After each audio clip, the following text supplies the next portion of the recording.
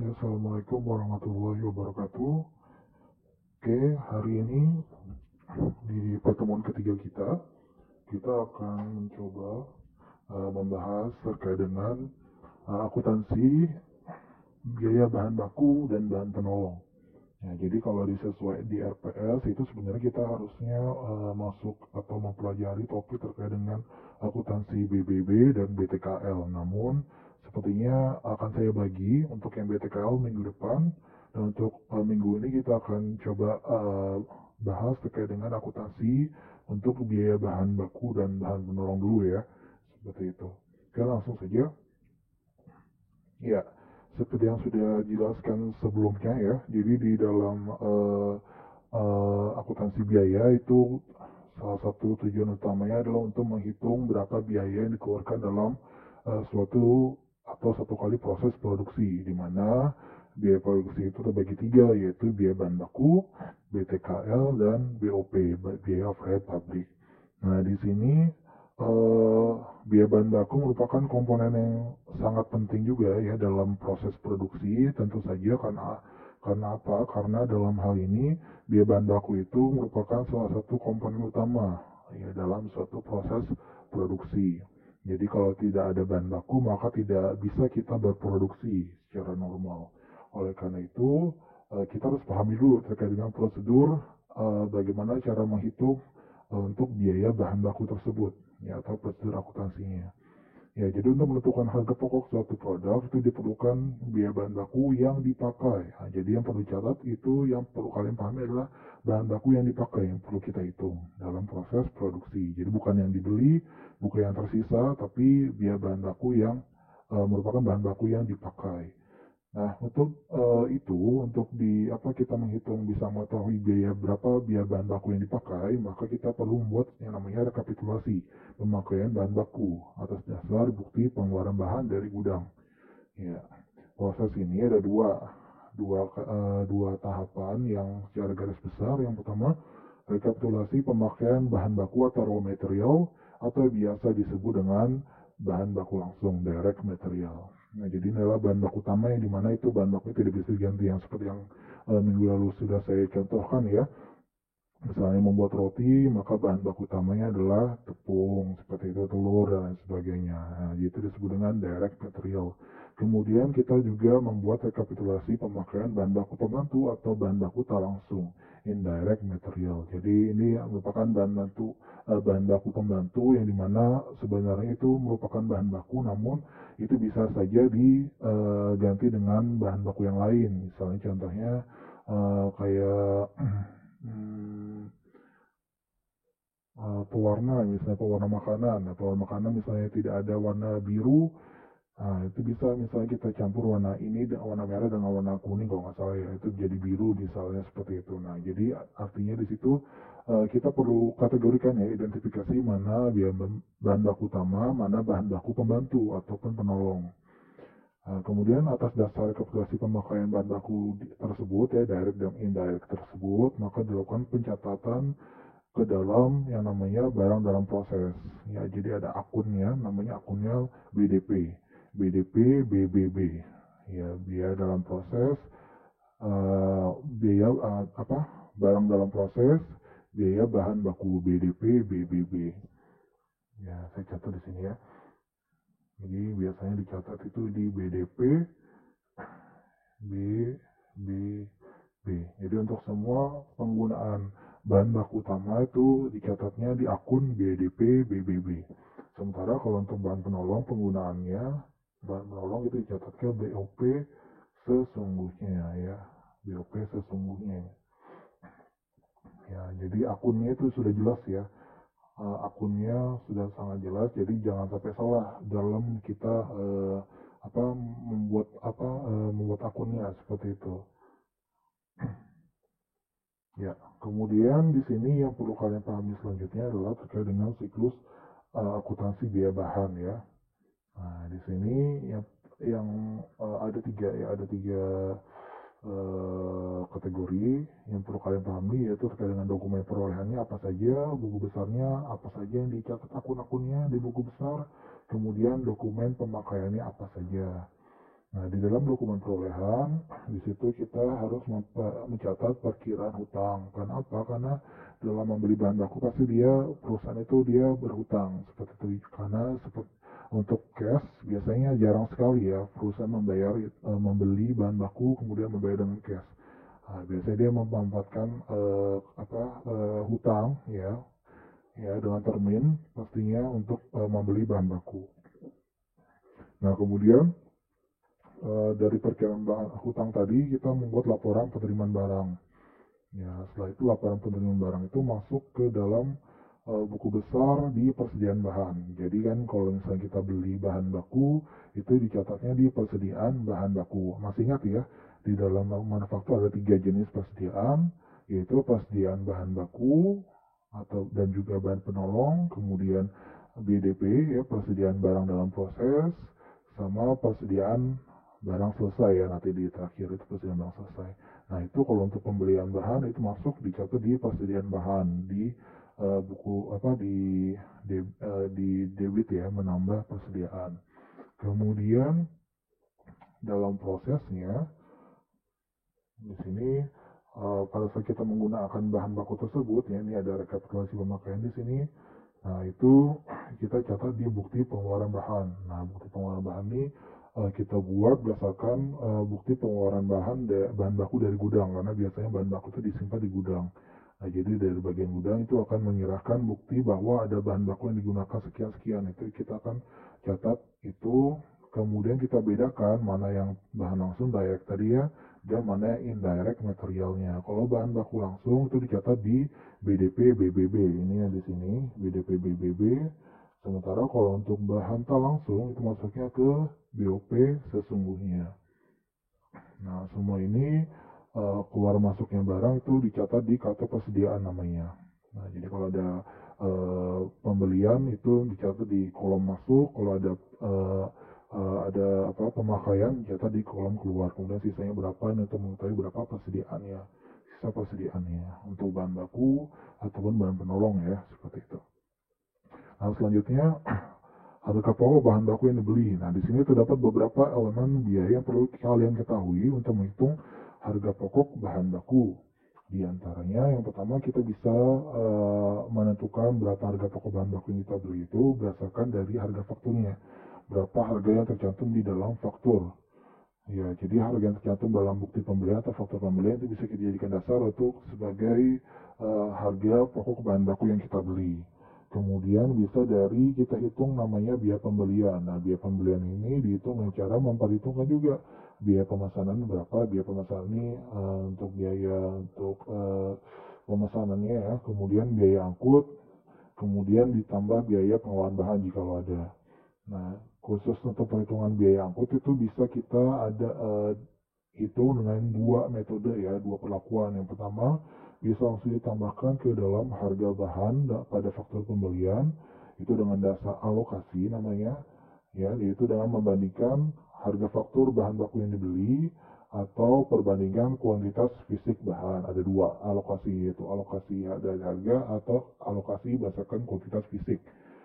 Khusus untuk biaya angkut ya ini ya. Nah, kemudian bisa juga kita masukkan biaya angkut itu sebagai BOP, masukkan ke BOP. Kalau misalnya kita malas ribet ya, misalnya satu kali angkut itu 1 juta. Nah, di satu kali angkut itu satu truk itu ada 2 jenis bahan baku A dan bahan baku B. Nah, maka dari itu kita perlu alokasikan berapa yang kita alokasikan biaya angkut itu ke bahan baku A, berapa biaya angkut yang kita alokasikan ke bahan baku B. Nah, jadi itu perlu pengalokasian. Nah, maka dari itu bisa kita hitung pakai metode menggunakan harga faktur, perbandingan harga atau fisik bahan. Atau kalau misalnya masih ribet, kita masukkan ke BOP aja tuh, ya seperti itu. Nah, itu ya cara untuk menentukan berapa sih harga pokok bahan baku yang kita beli. Nah, itu sangat penting untuk bisa dicatat di dalam persediaan bahan baku. Untuk berapa biaya bahan baku, harga pokok bahan baku per unitnya, seperti itu. Selanjutnya contoh kasus. Nah, misalnya nih PT Arjuna membeli bahan baku A dan B serta ada bahan pembantu. Jadi 3 jenis ya, bahan baku A, B, dan bahan pembantu. Nah, di sini data pembelian seperti ini. Ya, jadi bahan baku A itu di sini dicatat bahan baku A 6.000 ya. 6.000 buah, beratnya satu buahnya 2,5 kg, harga di faktur per piecesnya Rp1.000. Bahan baku B 3.000 pieces, per piecesnya 4 kilo, harga di faktur 1.200. Bahan pembantunya 3.000, per piecesnya 1 kilo, harganya Rp100. Nah, misalnya nih, ternyata satu kali angkut dia membayar 198.000. Nah, jadi kita perlu menghitung nih berapa 198.000 ini berapa yang dialokasikan ke produk bahan baku A, berapa ke bahan baku B, dan berapa ke bahan pembantunya, seperti itu.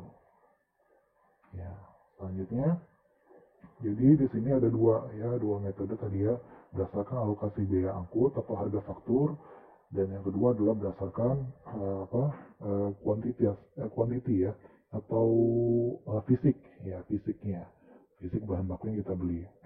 Nah, untuk menghitung tarif alokasinya kita pakai rumus biaya angkut dibagi dengan total harga pembelian dikalikan 100%. Nah, jadi untuk bisa mengetahui alokasinya kita menghitung dulu berapa tarif alokasinya. Biaya angkut dibagi total harga pembelian dikalikan 100%. Jadi tadi biaya angkutnya 198.000 ya kan. Ini 198.000 dibagi total harga pembelian. Nah, jadi untuk yang metode dasar harga faktur kita menggunakan total harga pembelian ya. Mana tadi? Total harga pembelian itu didapat dari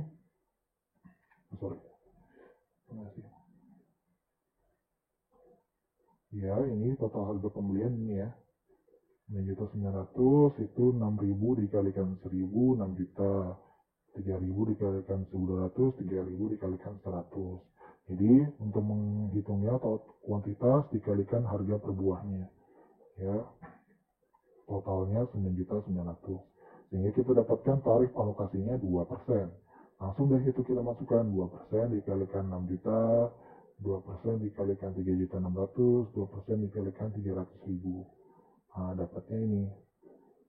Ya, 120.000 kita alokasikan ke produk A, ke produk B 72.000, ke produk pembantu Rp6.000. Jadi ini ditambahkan di sini alokasinya ya, sehingga ini awalnya dari 6 juta tambah 120.000 jadi 6 juta 120, 3.600.000 ditambah dengan 72.000, 3.672, 300.000 ditambah 6.000 jadi 306.000. Sehingga harga perolehannya itu berubah ya, harga per buahnya, harga per piecesnya dari 1.000 awalnya jadi 1.020, kemudian ini dari 1.200 jadi 1.224, ini dari 100 jadi 102. Ayo, ini dapat yang mana harga perolehan per buahnya ya? Kalau yang tahu jawabannya tolong komentar di bawah ya, ini dapat dari mana nih angka-angka ini, kok dari ini jadi ini, seperti itu. Oke, komentar di bawah ya. Oke, selanjutnya. Nah, yang berikutnya adalah alokasi biaya angkut atas dasar kuantitas fisik. Nah, jadi berbeda dengan harga faktur tadi ya. Kalau dari harga faktur itu kita lihat dari total harga dari masing-masing komponen barang ya, atau bahan baku ya tadi ya. Kemudian untuk kuantitas fisik kita berdasarkan total beratnya, ya fisiknya. Nah, jadi di sini rumusnya biaya angkut dibagi dengan total berat bahan baku yang kita beli. Nah, jadi di sini 198.000 dibagi 30.000 ya. 30.000 ini bukan rupiah ya, tapi kilogram. Ya, ini ya total beratnya. Nah, nih 30.000 itu didapat dari mana? Ya ini 6.000 dikalikan 2.500, 3.000 dikalikan 4 kilo, 3.000 kali 1 kilo, jadi ini 30.000 kilogram total seluruhnya. Jadi itu alokasinya kita alokasikan 6,6 rupiah per kilogram. Jadi kalikan aja deh. Tadi kan untuk bahan baku A kita beli 15.000 kilo dikalikan 6,6, 99.000 kita alokasikan. Ini 12.000 dikalikan 6,6, 79.200, 3.000 dikalikan 6,6, 19.800. Nah, ini kalau ditotalin kan berarti 198.000 ya. Nah, jadi harus sama. Kalau sudah sama berarti udah benar nih. hitungannya. Baru kita masukkan ke tabel alokasinya.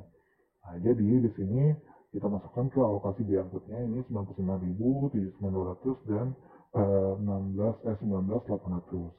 Ini ya, kalau harga perubahannya harga perolehannya berubah ya. Dan begitu pula dengan harga perolehan per buahnya atau per piecesnya itu berubah. Ini ya. Sorry. Iya, harga per piecesnya berubah juga. Ya, jadi di sini intinya kalian manajer bisa memilih salah satu ya, bisa menggunakan kuantitas fisik atau berdasarkan harga fakturnya, tergantung mana yang menurut manajer itu lebih bisa dipahami atau bisa menggambarkan biaya yang sesungguhnya. Oke, kalau sampai sini kalau ada pertanyaan tolong komentar di bawah ya, nanti akan coba saya jawab. Yang berikutnya harga pokok bahan baku yang dipakai. Nah, di sini untuk menentukan harga pokok bahan baku yang dipakai itu ada dua faktor yang mempengaruhinya, yaitu metode pencatatan dan metode penilaiannya. Nah, untuk pencatatan, ya ini mungkin sudah kalian pelajari ya di pengantar akuntansi. Itu ada dua ya, metode persediaan fisik, mencatat fisik, dan metode persediaan terus menerus.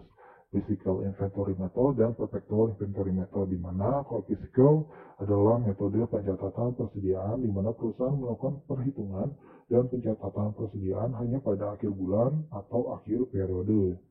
Nah, metode ini biasanya digunakan oleh perusahaan yang relatif kecil. Kenapa? Karena dalam hal ini persediaannya itu masih relatif kecil juga ya. Jadi untuk perusahaan kecil biasanya persediaan tidak terlalu banyak, sehingga dengan menggunakan metode fisik itu sudah cukup ya. Karena dia misalnya per sebulan sekali dihitung berapa persediaannya itu sudah cukup, karena dia masih sedikit dan itu relatif lebih mudah ya dihitungnya. Nah, kemudian kalau misalnya perusahaan sudah besar, bahan bakunya banyak, produknya ribuan, ya kan, maka tidak bisa kita menggunakan metode fisik ini. Ya, maka perusahaan tersebut harus menggunakan yang namanya metode pencatatan terus-menerus atau perpetual inventory method. Nah, metode ini di mana perusahaan melakukan pencatatan persediaan setiap terjadinya transaksi yang menyebabkan perubahan atas persediaan bahannya. Ya, jadi di sini dia akan terus menerus dicatat. Ada pembelian dicatat di jurnal, kemudian ada penjualan di jurnal, ada pemakaian di jurnal juga. Semuanya setiap kali ada transaksi yang mengakibatkan perubahan bahan baku, ya perubahan biaya bahan baku, persediaan bahan baku, maka itu harus dicatat di jurnal ya kan, dan juga dicatat semuanya seperti itu. Kemudian metode penilaian persediaan di sini sebenarnya ada 5 metode ya, yaitu ada identifikasi khusus, rata-rata, FIFO, first in first out, LIFO, last in first out, dan metode standar. Tapi menurut IFRS yang biasa kita gunakan itu adalah FIFO ya kan, first in first out, dan rata-rata. Namun kalau yang tidak menggunakan PSAK itu bisa saja dia memilih LIFO, FIFO, ataupun ya di antara 5 metode ini ya masih bisa digunakan. Ya, jadi kalau misalnya dia masih perusahaan kecil, itu dia bisa menggunakan salah satu dari 5 ini. Tapi kalau untuk perusahaan besar, dia menggunakan standar PSAK ya. PSAK standar itu dia hanya mengakui rata-rata dan FIFO. Nah, contoh kasus. Nah, ini misalnya kita CPNK memiliki data tentang pemakaian bahan baku 10 hari di Januari sebagai berikut. Ya, ini bisa coba kalian hitung ya. Tolong kalian hitung di rumah menggunakan metode FIFO ya dan LIFO. Ya, FIFO dan LIFO aja deh. Metode FIFO dan LIFO ya dicatat seperti yang di pengantar akuntansi kemarin ya. Cara mencatatnya ada yang berapa masuk, berapa keluar gitu, berapa yang jadi dibuat tabel gitu. Ya, jadi di sini ini yang masuk, keluar, sisa. Yang akan dimasuk kuantitinya berapa, kuantiti, harganya berapa totalnya. Ini juga gitu, tiga. Paham ya? Nah, tolong kalian, ini tugas kalian di rumah, dibuat metode LIFO dan FIFO. Ya pakai data ini, di capture aja ya. Ini nggak tahu nih kayaknya ada kesalahan, nggak bisa dihapus. Ya tadi di capture aja di seksi yang sebelumnya ini ya.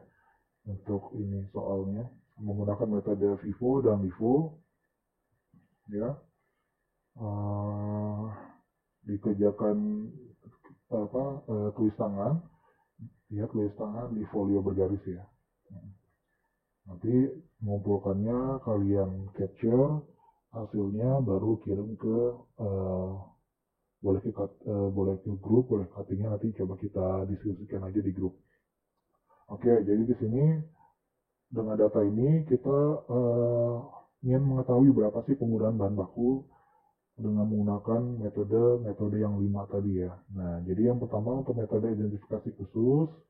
Nah, di sini ini bahan baku diklasifikasikan berdasarkan harga belinya. Nah, jadi di sini kita tadi harga belinya kan ada 3 ya. Ya, kenapa nggak bisa dihapus nih, sorry ya. Ini ada 300 nih ya, 300, harga 320 dan harga 310. Jadi ada 3 jenis harga. Sehingga kita catat di sini. Yang 3 harga 300 kita ada persediaan akhirnya 70, 50 dan 30. Nah, ini data-datanya ini didapatkan pada saat kalian sudah hitung tadi ya, menggunakan membuat kata persediaan tadi. Harusnya ada pembuatan kata persediaan dulu nih. Nah, tapi ini hasil akhirnya sekian, 70 harga 300, 50 harga 30 dan 30 harga 310. Nah, nilai persediaannya kita hitung dulu, 70 kali 300 ya kan, kemudian 50 kali 320 dan 30 kali 310, totalnya 46 300. Ini adalah nilai persediaan akhir menurut metode identifikasi khusus. Nah, kemudian misalnya pemakaian bahan baku di tanggal 1 itu 40 tadi dari, misalnya kita ambil 30 ini dengan harga 300, 10 ini dengan harga 320. Nah, jadi harga pokoknya itu 30 dikalikan 300 dan 10 kalikan 320. Maka total harga pokok bahan baku di Januari ini 40 sebanyak 40 ini adalah 12.200. Ya gitu aja sih cara menghitungnya. Nah, tapi tetap kita harus buat dulu kata persediaannya, yang tadi yang saya tugaskan ke kalian itu, biar tahu berapa jumlah persediaan akhirnya dan seterusnya. Nah, sementara kalau metode rata-rata itu ada 2 ya, metode rata-rata sederhana dan tertimbang. Kalau sederhana, kita buat dulu rata-rata harganya. Nah, tadi kan ada 3 jenis harga ya, 300, 320, dan 310 dibagi 3. Karena ada 3 jenis harga. Jadi dia harga rata-ratanya 310. Nah, misalnya persediaan awalnya tadi ada 73 dengan harga 300. Ini harga pokoknya. Kemudian kita pembelian ada 2 kali, yaitu 50 dengan harga 320 dan 330 dengan harga 310. Ini harga pokoknya. Kemudian ada retur 300 ya, 3 biji dengan harga 300, 900 dikurangin, sehingga harga pokok bahan baku yang digunakan itu cara mencarinya ini ya kan, persediaan awal ditambah pembelian dikurangi dengan misalnya ada retur, jadi 46 300 nih ya.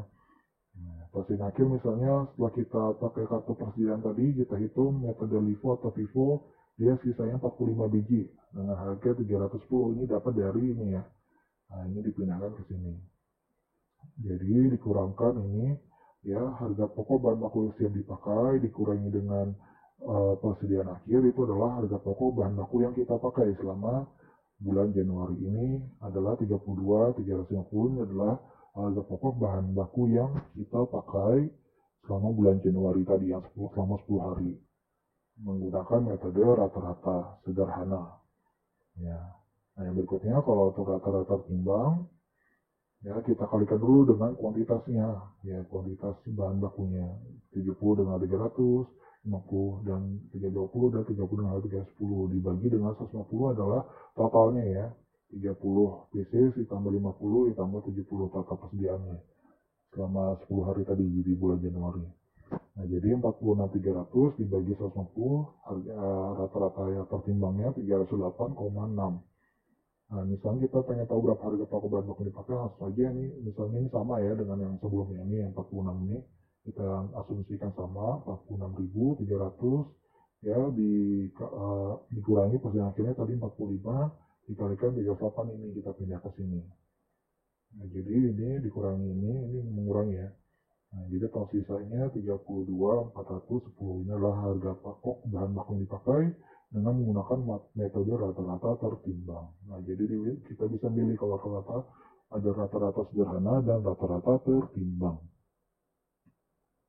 Kemudian yang berikutnya metode FIFO. Nah, dalam metode FIFO digunakan asumsi bahwa bahan yang pertama kali dipakai adalah bahan yang pertama kali dibeli. Jadi perhitungan persediaan akhir dan harga pokok bahan baku yang dipakai. Ya, misalnya kita tadi harga pokok bahan baku yang saya dipakai sama ya 46.300. Ini sama kayak ini tadi.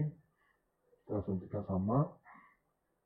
Nah, jadi di sini misalnya setelah kita hitung pakai persediaan tadi sisanya 45 unit di mana itu terdiri dari 30 yang harga 310 dan 15 harga 320 sehingga total persediaan akhirnya harga pokok persediaan akhirnya 14.100.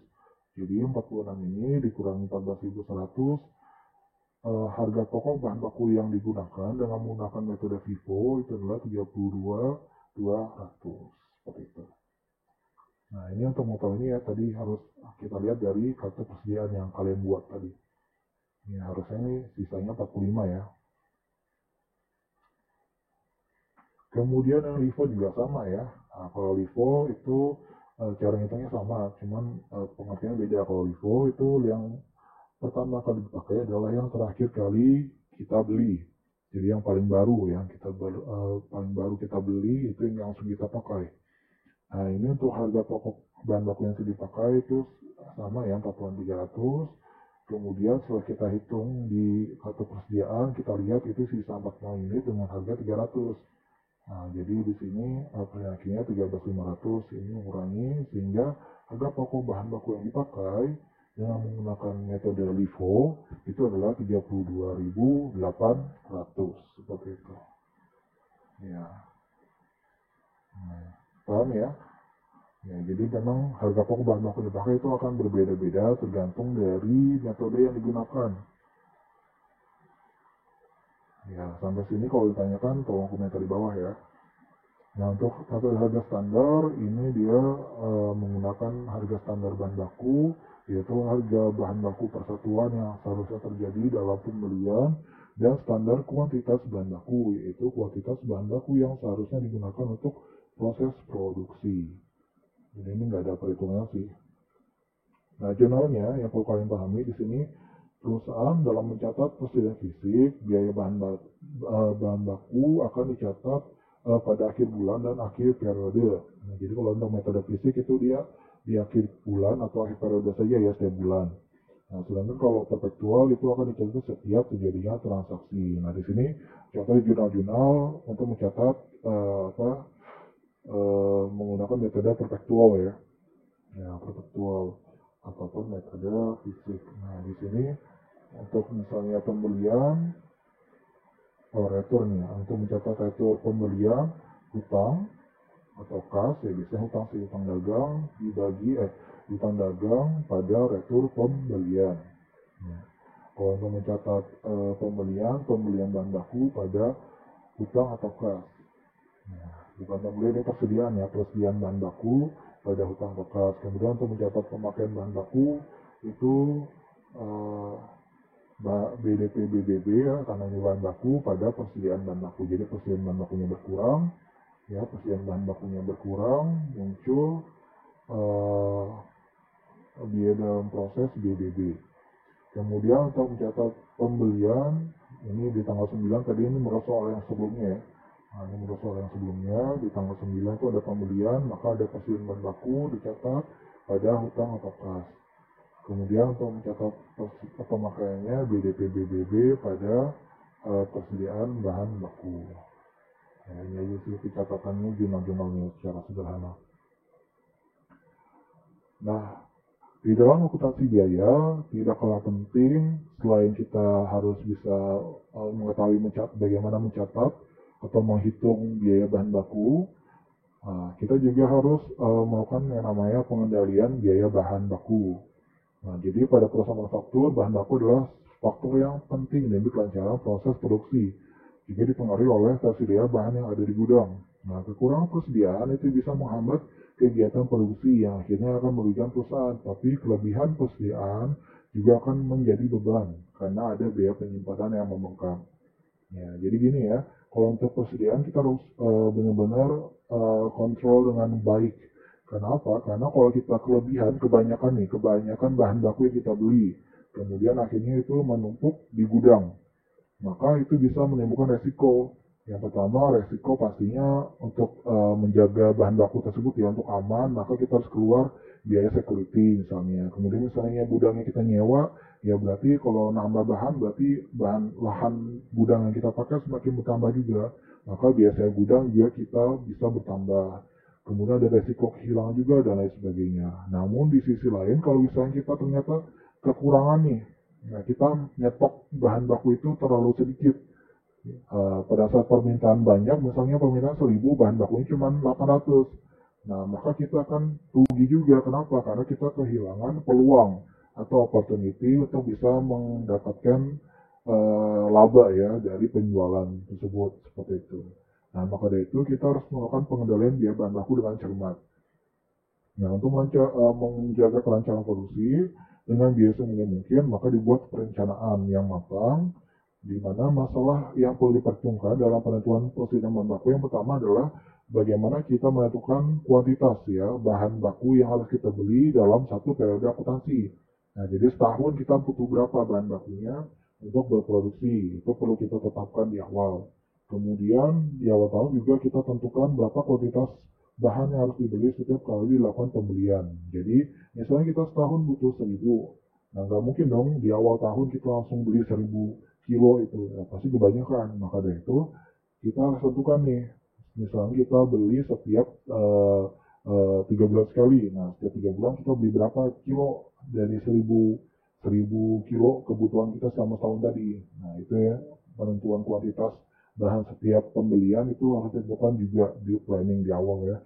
Kemudian waktu pemesanan, nah ini misalnya kita memesannya atau belinya itu sebulan sekali, 3 bulan sekali, 4 bulan sekali, 6 bulan sekali, atau setahun sekali. Tapi kayak setahun kan nggak mungkin ya. Ya, pokoknya kita harus tetapkan waktu pemesanan bahan baku yang kita butuhkan. Kemudian jumlah minimum atau bahan yang tersedia di gudang. Nah, jadi minimal bahan baku yang tersedia di gudang itu kita harus tetapkan misalnya minimal 100 kilo di gudang. Kalau sudah hampir 100 kilo sisanya kita harus cepat-cepat order kembali atau beli bahan baku lagi ya. Agar apa? Agar tidak kehilangan peluang tadi. Misalnya ternyata ada pembelian besar-besaran, kita bisa provide atau kita bisa sediakan ya karena bahan baku stok bahan-bahan kita itu terjamin seperti itu. Nah, di sini ada beberapa metode ya untuk bisa menentukan. Nah, penentuan kuantitas bahan yang harus dibeli dalam satu periode akuntansi itu dipengaruhi ada beberapa faktor ya. Yang pertama, jumlah kuantitas persediaan bahan baku awal. Nah, jadi kita harus tahu dulu berapa sih persediaan awal bahan baku yang ada di gudang.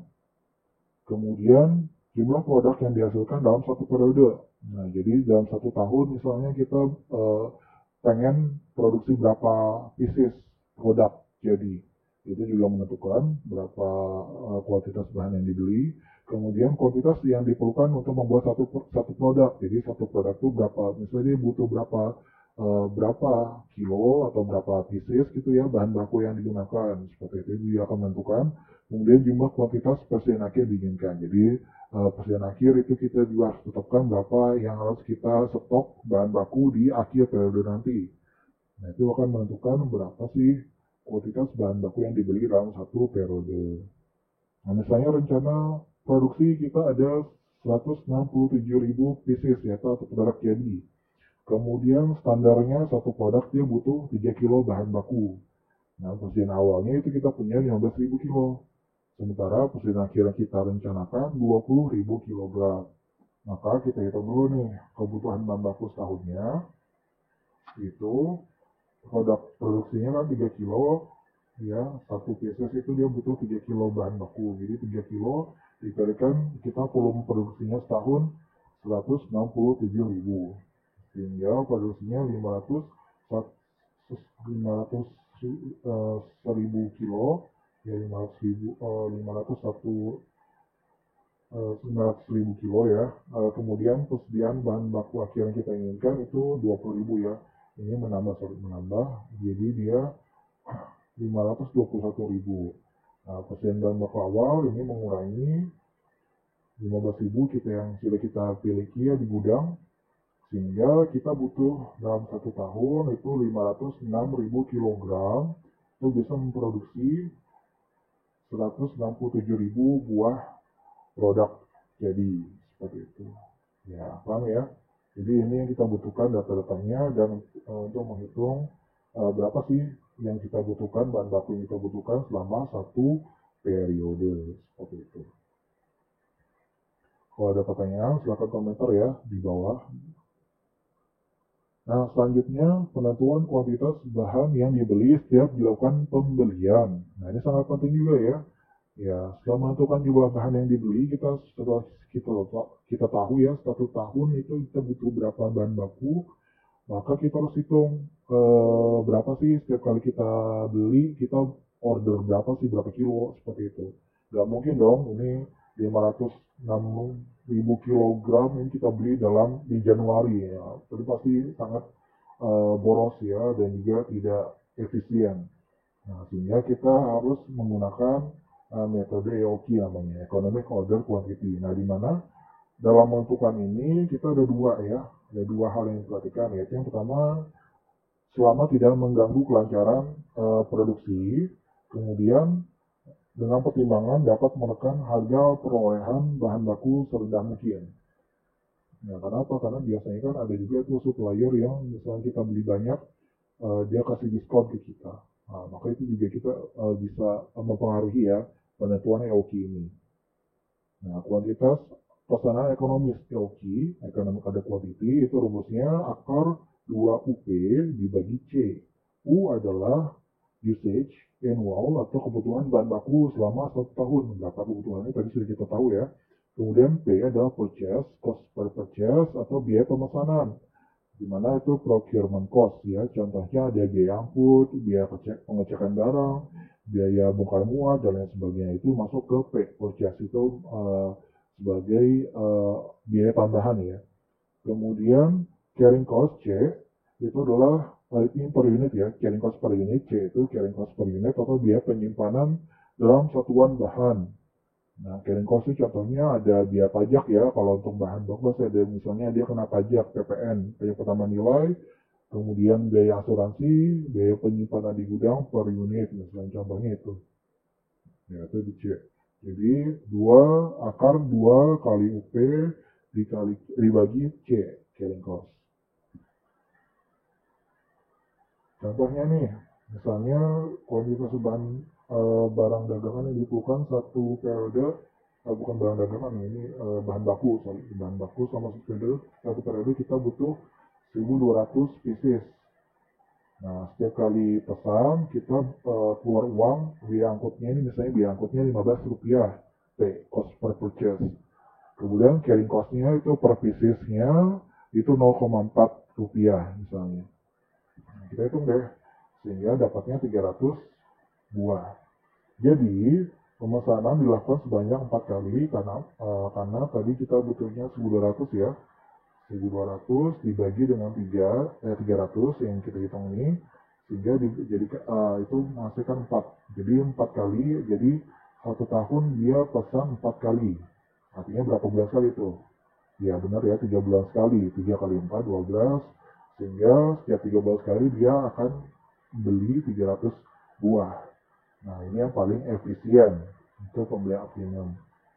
Seperti itu. Pembuktiannya bagaimana? Nah, ini bisa kita buktikan nih, ya dengan tabel pembuktian. Nah, jadi di sini, misalnya frekuensi pembelian kita bagi ada berapa ini? 6 ya? 7. 1 kali beli, 2 kali beli, 3 kali beli, 4 kali beli, 6 kali beli, 10 kali beli, dan 12 kali beli. 1 kali beli berarti langsung di awal tahun kita beli. 2 kali beli berarti 6 bulan sekali.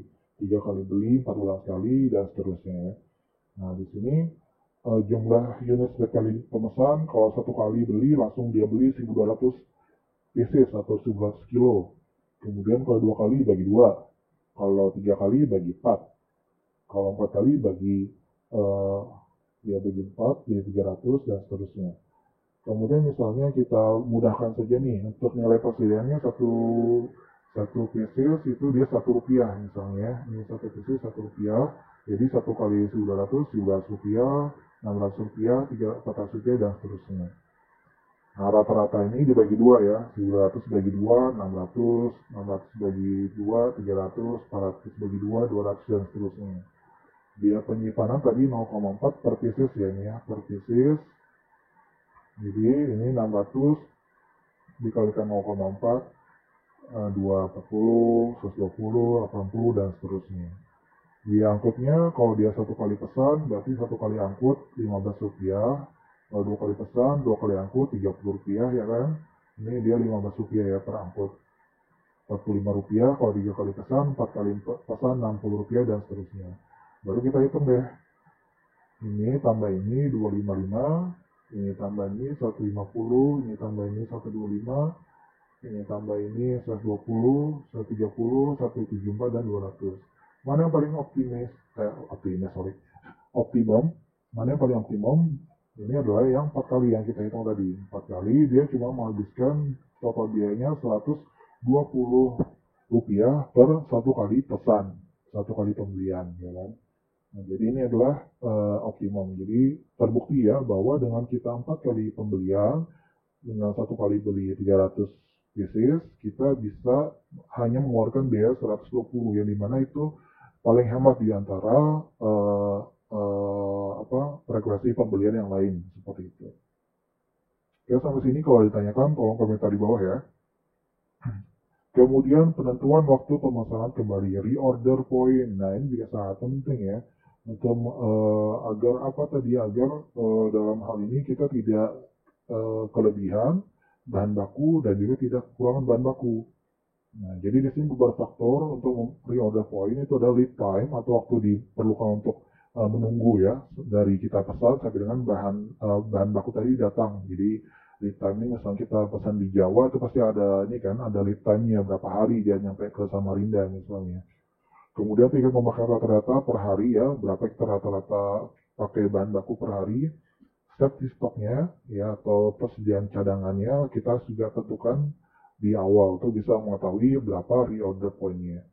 ROP rumusnya lead time LT dikalikan daily use ditambah SS atau safety stoknya.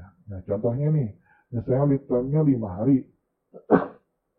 Kita butuh waktu 5 hari untuk menunggu bahan itu dari datang ya ke tempat kita. Kemudian pemakaian per harinya rata-ratanya 700 kilo nih. Kemudian persediaan cadangan ya kita asumsikan nih 3 hari dikalikan 700 kilo rata-rata per hari deh. Jadi 2100 itu safety stoknya kita. Kemudian reorder point-nya adalah 5600.